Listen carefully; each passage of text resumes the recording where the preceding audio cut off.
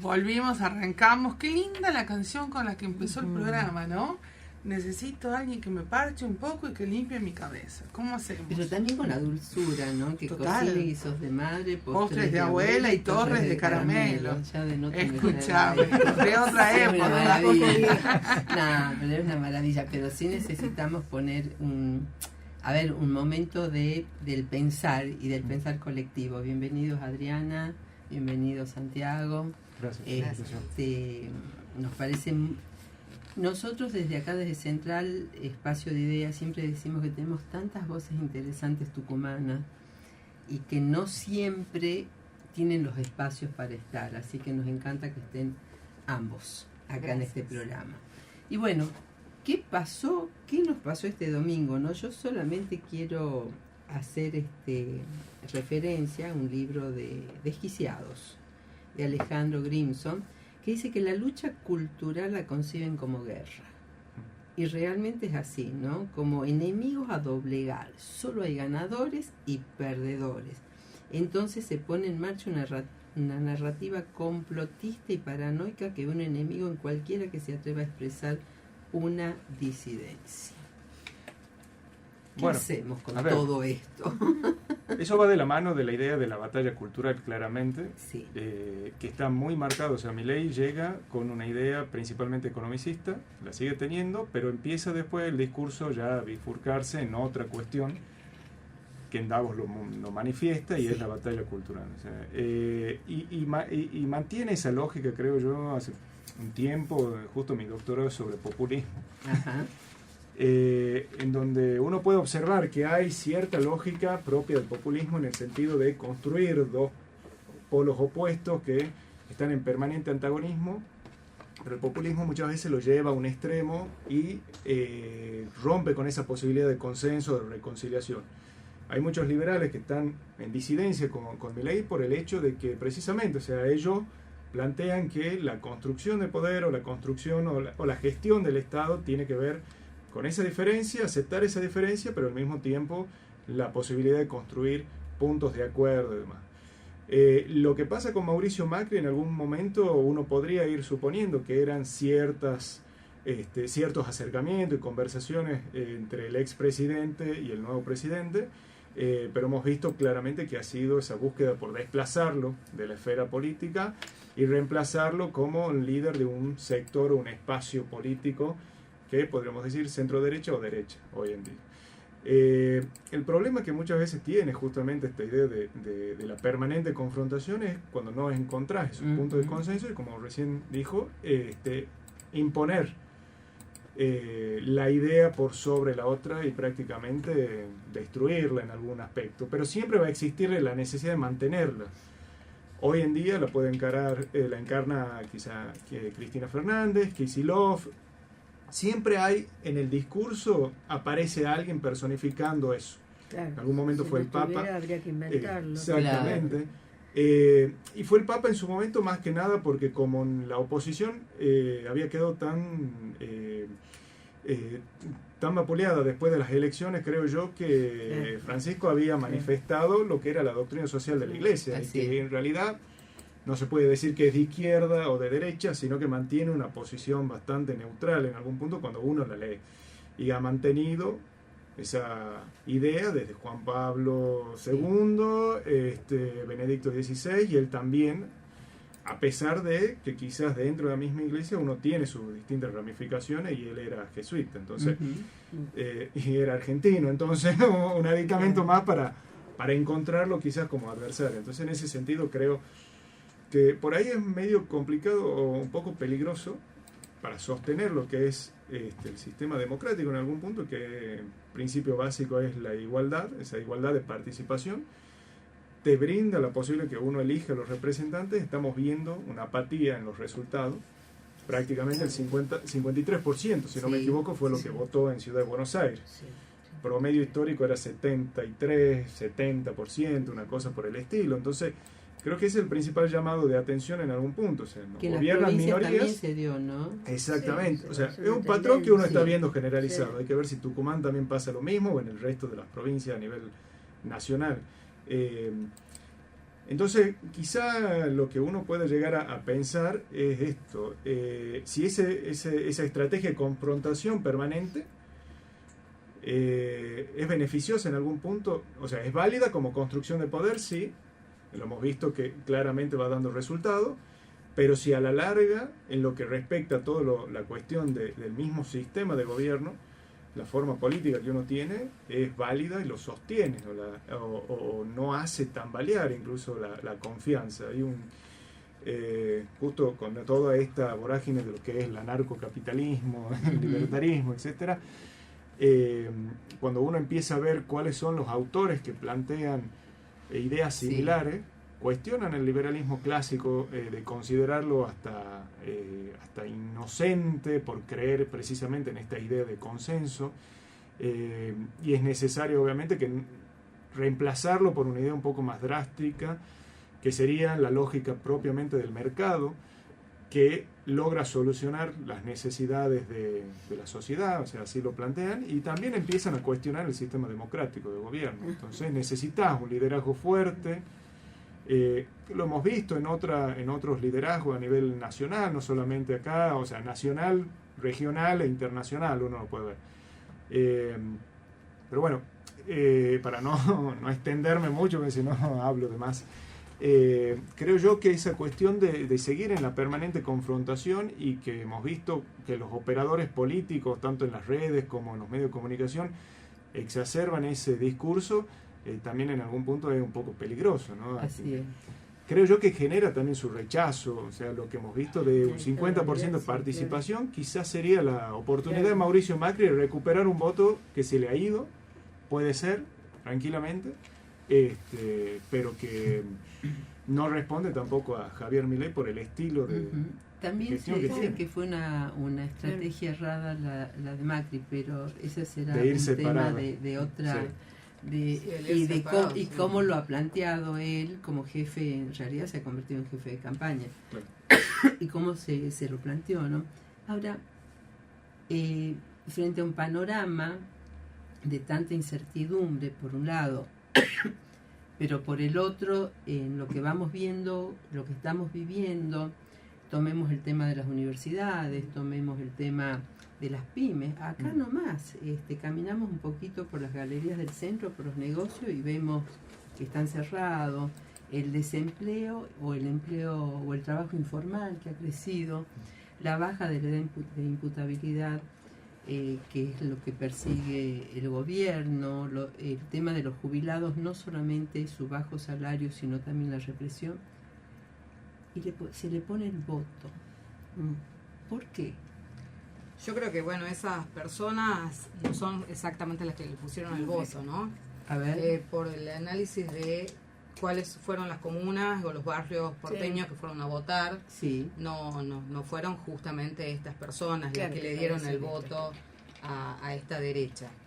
A mí, en todo lo que hablaba Santiago, con un discurso de tanta violencia por parte del presidente, a mí me preocupa mucho lo que le pasa al ciudadano, ¿no? Ese discurso de violencia, ¿de qué manera te afecta? Porque no es tan solo un discurso de violencia, es un discurso violento, son acciones violentas contra los más vulnerables, y hay una suerte de espiral de silencio que también se va generando, y gente que piensa distinto a este discurso tan violento, que para no ser agredido también se va callando. ¿No? Sí. Con razón o sin razón, de distintos temas, la gente deja de opinar, y entonces me parece que también el dejar de opinar y el dejar de expresar lo que yo siento, lo expresan en la urna, o también se retraen de ir a votar, ¿no? O sea, si mi expresión en el voto no sirve, ¿para qué voy? Yo la tengo que pagar el boleto porque retiraron el... sí. Claro, pero al momento del voto, en una situación en la que estamos, y en un día domingo que por ahí, con la sobrecarga laboral que están teniendo muchas veces, ¿para qué voy a ir? ¿No? A mí, de las elecciones pasadas, tanto en Ciudad de Buenos Aires como en las otras provincias, lo que más me impacta es la poca falta de gente que va a votar, ¿no? El porcentaje altísimo de deserción, de ir a votar, todos los que hemos vivido la vuelta a la democracia, el ir a votar es un día de fiesta. Y la democracia es maravillosa. Como dice Rudy Paz en estas viñetas que uno la sigue, dice, ganó el yo no voto. Claro. Ganó el yo no voto. Y que a mí me parece tremendo, porque es como todo lo que fuimos construyendo como país político, como país democrático, se está destruyendo en estas situaciones de tanto odio, tanta bronca. Hoy leía un análisis de un colega director de Claxo, Pablo Gomaro, colega digo porque hicimos con Central muchos trabajos juntos, muy interesante, que le hacen en una radio de Rosario, hablando de la juventud. Y uno de los temas que le preguntan es justamente, o sea, ¿por qué la juventud vota a la derecha? Y él plantea porque es un nuevo modelo, una nueva forma de expresión, gente distinta, pero que sí le interesa la política, porque, y esto me pareció muy interesante destacar, porque cuando uno empieza a hablar con los jóvenes, el tema de la educación, le interesa la educación, el tema del trabajo, quieren tener un trabajo, quieren tener un futuro, o sea, es cómo se lo va planteando y cómo se lo va mostrando a esto. Porque el mayor voto, el mayor porcentaje de edad en el que impacta el voto a Milei son en esa franja de 16 a 25 años. Más o menos, ¿no? Sí. Más varones que mujeres. Sí. Claro, pero cuando uno empieza a desglosar lo que planteaba entre muchos otros especialistas en el tema de juventudes, es que sí que les interesa, pero no hay espacio y tampoco, tampoco se los consulta a ellos sobre los temas que les gustaría que se trabajen, no. Pero bueno, tiene esta cosa distinta, violenta. Sí, Sofía. No, cortemos un segundito. Que vamos al corte. Yo también me voy, Santiago, no creas que soy el único acá. Vamos entonces, doña Nos vamos Nieves. a una pausa. Les cuento que acá en este intermedio que hubo, salieron varios temas, pero uno de los temas fue la comparación entre el 2001 y esta última elección. Sí, efectivamente, según lo que llamaba mucho la atención es, a pesar de la crisis del 2001, que fue el punto clave de proceso de deslegitimación quizás de los partidos tradicionales y la digresión en distintos partidos menores, que hablamos del peronismo y el radicalismo puntualmente, y de ahí otras agrupaciones, la participación era mayor de la que se viene viendo, lo cual es un llamado de atención en algún punto, que es lo que efectivamente planteábamos ahora. ¿Qué es lo que está ocurriendo, que percibe la sociedad? Que masivamente uno dice, bueno, no, ¿para qué voy a ir a participar de la elección de los legisladores o de los concejales y demás? Y en consecuencia termina ganando distintas agrupaciones. Entonces, hay que tener en cuenta que es el 30% del 50%, y ahí hay que ir dividiendo precisamente. Claro. Entonces, lo que tenemos son gobiernos de minoría, que usualmente siempre uno habla de primera minoría cuando no supera el 50%. Si supera el 50% ya es mayoría. Pero bueno, esto implica que es una minoría de una minoría prácticamente, porque el 50% termina siendo el mayor número desde el punto de vista de la cantidad de votos que podrían haber obtenido. Entonces, eso es delicado. Yo creo que, obviamente que en un programa los análisis no bastan, ¿no? Se necesita mucho más, porque estamos viviendo un momento distinto, nuevo desde el punto de vista, yo creo, de los mensajes violentos, de los mensajes que no es que van a buscar un punto de encuentro, cada uno con su opinión, sino que van a tratar justamente que esa batalla cultural se transformó en una lucha, ¿sí? Vamos por vos, hasta que no te aniquilamos, no podemos. Y esto nos toca a todos por igual, que uno intenta cuidarse. Pero recién, por ejemplo, Adriana planteaba qué le pasa al ciudadano y en qué sectores ganó más, no me acuerdo cómo se llama. Adorni. No, Adorni y Santoro. Pero en algunos sectores donde tenés más clase media, también les tocan, o sectores altos, también les tocan estas políticas. Digo, hubo un representante en la Cámara de Diputados hace muy poquito, un representante de las pymes, que terminó llorando. Digo, entonces, hay una mirada antinacional en todo esto, porque, a ver, uno cuando pone el voto, yo creo que por ahí a veces uno intenta profundizar esto, ¿por qué ponemos el voto a una persona? Y acá sí nos tenemos que mirar todos los ciudadanos, o sea, ¿qué voto yo? Yo, por lo general, voto la esperanza, voto la calidad de vida, voto la mejora del país, que el país crezca y demás. Pero hay quienes no votan así. Ahora, ¿qué votan aquellos que no votan así? Porque digo, ¿cómo puedo votar respetando, ¿no?, las distintas ideas que yo sé que no me alcanza, pero no sigo pensando por qué no me alcanza el sueldo? Pero le puedo poner el voto a aquella persona que nos dice que los salarios van a estar pisados, o a aquellas personas que dicen el Estado no sirve, y sin embargo todas las políticas que se están llevando a cabo son desde el Estado, no son desde otro lado. ¿Por qué se pisa una suba salarial?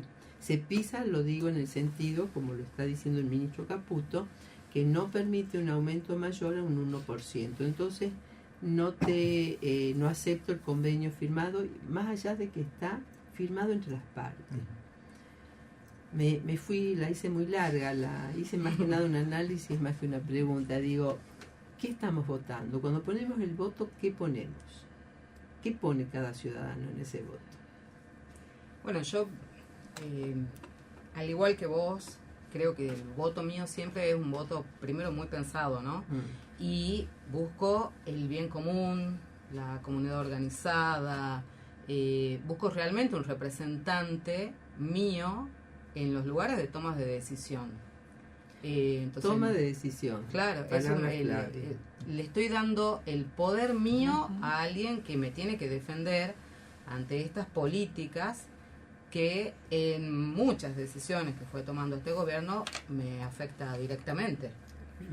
Entonces, para mí es muy importante las elecciones que, por ejemplo, Tucumán va a tener ahora, que vamos a elegir diputados. Hemos tenido diputados que no han cuidado el pueblo, la ciudadanía de la provincia, y me parece que eso, en lo personal, no es lo que yo pretendo, ¿no? Creo que muchos llegan a ese lugar y se olvidan de que están para cuidar un bien común y empiezan a cuidar un bien personal. Entonces, ya sea político, ya sea lo que ustedes quieran, pero tienen que entender también que el poder que se le da es un pueblo atrás de esa banca que está ahí. Entonces, ¿qué buscan? Hay que ver qué se vota, ¿no? Hay que ver el representante que buscamos. Que va de la mano. A ver, yo creo que el voto usualmente, cuando a mí me preguntan, yo parto de decir que es multicausal. ¿Cómo trato yo de captar la voluntad de la gente pensando en lo más básico? Quizás muchas veces la persona no es tan reflexiva, o el votante no es tan reflexivo respecto de eso. Primero, entiendo que siempre existe algún tipo de identificación desde el punto de vista psicológico, emocional, etcétera. O sea, me gusta lo que dice. Capaz que no estoy de acuerdo en toda la plataforma, pero hay algo que a mí me gusta. No sé, la aportación de armas hoy en día. Bueno, me ha gustado eso, entonces, y no tengo idea de economía ni nada por eso. O me ha gustado que dolarice y no sé lo que significa, entonces termino votando por eso y descarto el resto. Y de ahí, obviamente, es a partir de sentir que estoy económicamente estable y voy buscando obviamente un poco más, y la exigencia va siendo más. Algunos me preguntan si el voto a Milei es un voto bronca. Yo creo que por un lado puede haber empezado por ese lado. Hoy en día ya representa un sector del electorado claramente. Bueno. Creo yo que el voto bronca puede ser más que nada en la no participación, o votar en blanco o nulo, prácticamente. pero vemos otro sector de la sociedad que no acompaña todavía a este gobierno, sino que terminó votando al PRO, al peronismo, la izquierda, el radicalismo, etc. Entonces, en ese sentido, o sea, entender cómo funciona el votante de Milei, creo yo, y eso conversando con algunas personas, ellos entienden que hay más estabilidad, claramente, se sienten mucho más cómodos, pueden comprar en el exterior. Hoy justamente leía que había aumentado las importaciones y caído las exportaciones, que afectan precisamente a los sectores pymes principalmente, claro, con baja de aranceles, cosas por el estilo. Entonces, obviamente es pensar desde el punto de vista individual.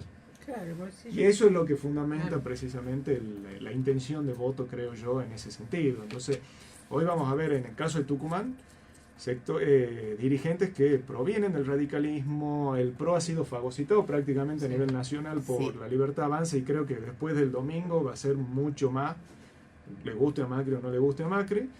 Ya lo han venido diciendo que en provincia de Buenos Aires iban a hacer una alianza, esté o no de acuerdo. En Córdoba también han empezado a romper prácticamente con el expresidente. Entonces, son bajo un sello nuevo, dirigentes que vienen de otros sectores. Exactamente. Juntos por el Cambio, y creo yo que ese ha sido precisamente, como charlamos recién, el error de Mauricio Macri. ¿Por qué ganaba en Ciudad de Buenos Aires, se teñía todo de amarillo? Porque Juntos por el Cambio eran distintos sectores, era el PRO a la cabeza, que era el partido más destacado, pero estaban sectores del ARI, del radicalismo, de la Libertad Avanza, algunos que se fueron, de la coalición civil, exactamente. Entonces, era mucho más amplio la base electoral, y en este caso quedó circunscripto justo a la zona norte de Ciudad de Buenos Aires, porque es la mitad. No ganó en ninguna, o más que nada la Libertad Avanza quedó justo en la zona norte de Ciudad de Buenos Aires, que otra realidad, otro poder adquisitivo, etcétera. Y acá, bueno, se nacionalizó claramente la elección. Todos los gobernadores hoy en día están buscando provincializarla. No por nada el eslogan que se está tratando de imponer en Tucumán es primero Tucumán. Está muy bien. En cambio, en Ciudad de Buenos Aires tiene la dificultad de que un jefe de gobierno puede ser presidente. Claro. También es la maldición, digamos, del país, prácticamente, porque un porteño no conoce el interior, y que creo yo que ahí también son a veces las fallas cuando buscan tratar de imponer candidatos a gobernadores que vienen de Buenos Aires y no conocen el territorio puntual de lo que sería Tucumán, por ejemplo. Mira, ahí vos dijiste algo. Se agarran de los discursos en las campañas, de la aportación de armas, todo. Entonces, yo creo que esto es como una cuestión más de militancia, no profesional. Hay que volver a la militancia que se hacía de sentarse y explicar, ¿no? Porque la persona que vota la aportación de armas, has dicho 2 o 3 cosas que me parecen a mí tremendas. En eso siempre entra la educación pública, que en un momento también han llegado a decir, no, ¿para qué sirve la educación pública? Está bien que se privatice. Afuera. Claro, es una cuestión de empezar a militar lo que está bien y enseñar lo que está mal. Claro, ¿cuáles son las potencialidades? A ver, si bien yo pertenezco a una universidad privada, mis padres vienen de la universidad pública, mi padre fue también investigador, es jubilado del CONICET. Entonces uno cuando escucha precisamente esto que vos decís, bueno, eliminemos por completo, capaz que no es tanto eliminar, sino mejorar la administración en algún punto. Pero ellos son muy agresivos en el discurso. Sí, obvio, todo es el extremo. La dolarización, no tenían idea de qué se trataba. Claro. No tenían idea. Milei hace muy poquito, en una entrevista con una periodista, la última que dio, creo que en la Casa Rosada. Mariana Bray. Sí, Mariana Bray. Hizo un comentario que a mí me llamó la atención, que no lo tomen muchos, que dijo: yo antes de estar acá, ser presidente, en toda mi campaña, yo hablaba del Estado sin conocer lo que era el Estado. Y ahora que conozco... El topo del Estado. Claro, y amo, como decía, ¿no? Amo. Claro. Y ahora que dice, estoy conociendo, algo así lo dijo, no son palabras textuales. Yo digo, qué grave, que una persona se esté ocupando ese rol, me alegra que haya hecho ese reconocimiento, pero cómo se utiliza esto desde el discurso, pero se está utilizando al Estado para desintegrar el Estado. Claro.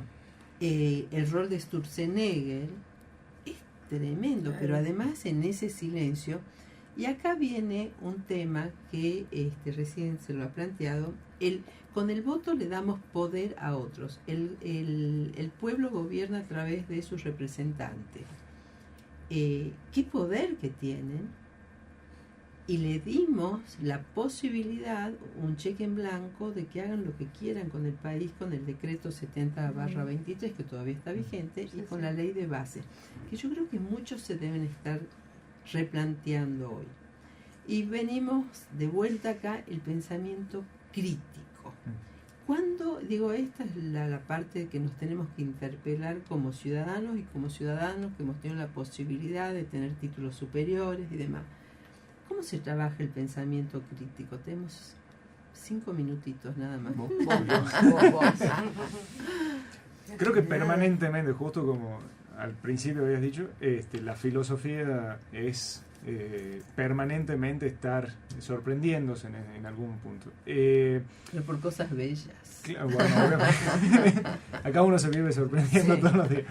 Pero nos seguimos para sorprendiendo. para mantener un pensamiento crítico, creo yo, es quizás uno pueda o no estar de acuerdo con algunas cuestiones, algunas ideas, pero replantear si se puede hacer cuestiones superadoras, algún proyecto. Quizás el Estado pueda funcionar en algunos aspectos de forma deficiente, pero no quizá ese extremo de decir, no, bueno, hay que eliminar todo. No sé, es deficitario la educación pública, la eliminamos. Es deficitario, no sé, el CONICET, lo eliminamos. Es deficitario, o sea, empezar a sacarse de encima esas cosas. Porque cuando uno empieza a indagar, obviamente,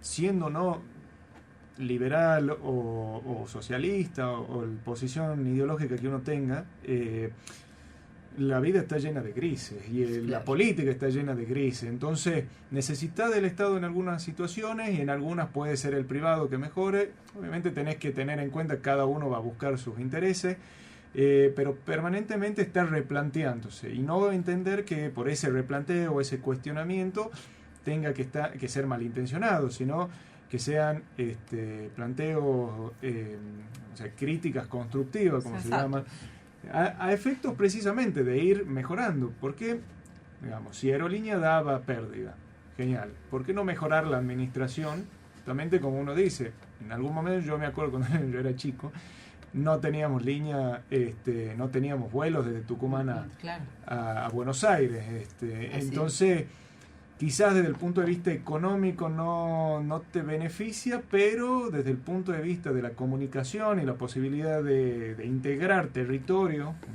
tan amplio como el nuestro, se vuelve necesario, y quizá ahí sí el Estado tenga que intervenir, precisamente porque un privado pueda decir no me conviene, no es económicamente rentable. Entonces, para ahí actúa el Estado. ¿Cómo, perdón? Ahí tiene que actuar el Estado, exactamente. A ver, los ferrocarriles.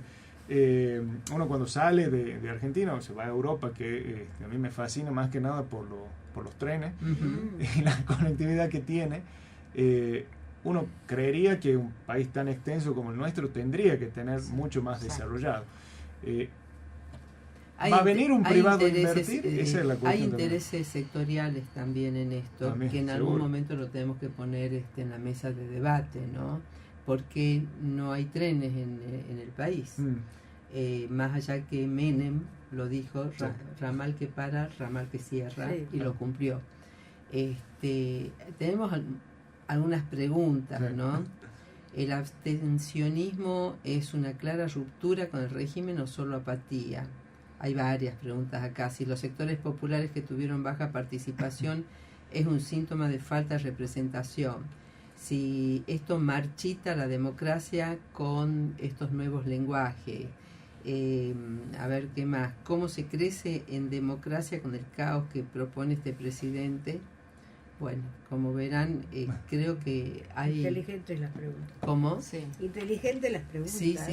Sí, la democracia se hace marchita, pero le afecta mucho, que Sí. un bajo porcentaje de votantes afecta directamente. La democracia se nutre de esto.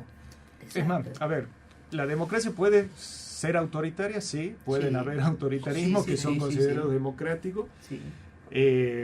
Claro, es la democracia representativa desde el punto de vista de la participación, como vos bien decías, se nutre a partir de que el elector va a votar, es el momento en donde el soberano se expresa y bueno, uno constituye el gobierno a partir de eso.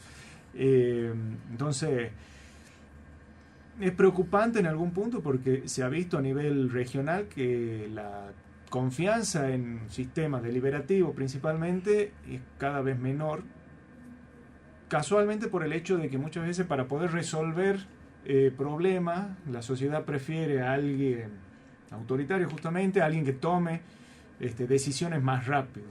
O sea, uno lo ve desde lo que sería el espacio personal, a veces lo ve desde ese punto de vista. La administración del Estado es totalmente distinta, lleva su tiempo, hay burocracia, esas son las cosas que tenemos que modificar, ¿no es cierto? Tal vez trámites más rápidos, no que te pidan, a ver, ¿qué es lo que te dice la gente de a pie? Me piden 2 veces el mismo papel y están a un mostrador de distancia, digamos, ¿no?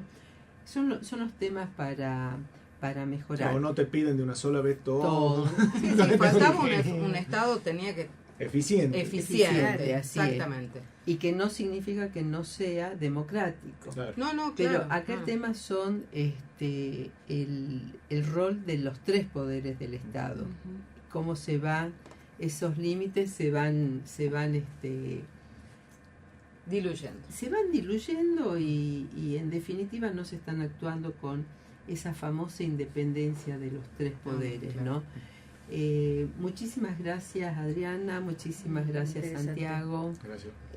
Temas para profundizar muchísimo más y bueno, creo que tenemos un largo año de elecciones. Pero también de poder ir viendo esto, ¿no? La importancia del pensamiento crítico, la importancia de saber qué va en ese voto que yo pongo y que todo voto vale. Que es importante el voto de todos, de cada uno de nosotros. Y bueno, y a pensar, tenemos que seguir pensando con esta esperanza que nos da qué provincia queremos y qué país queremos. Y qué dirigentes queremos. Muchísimas gracias. Nos vemos.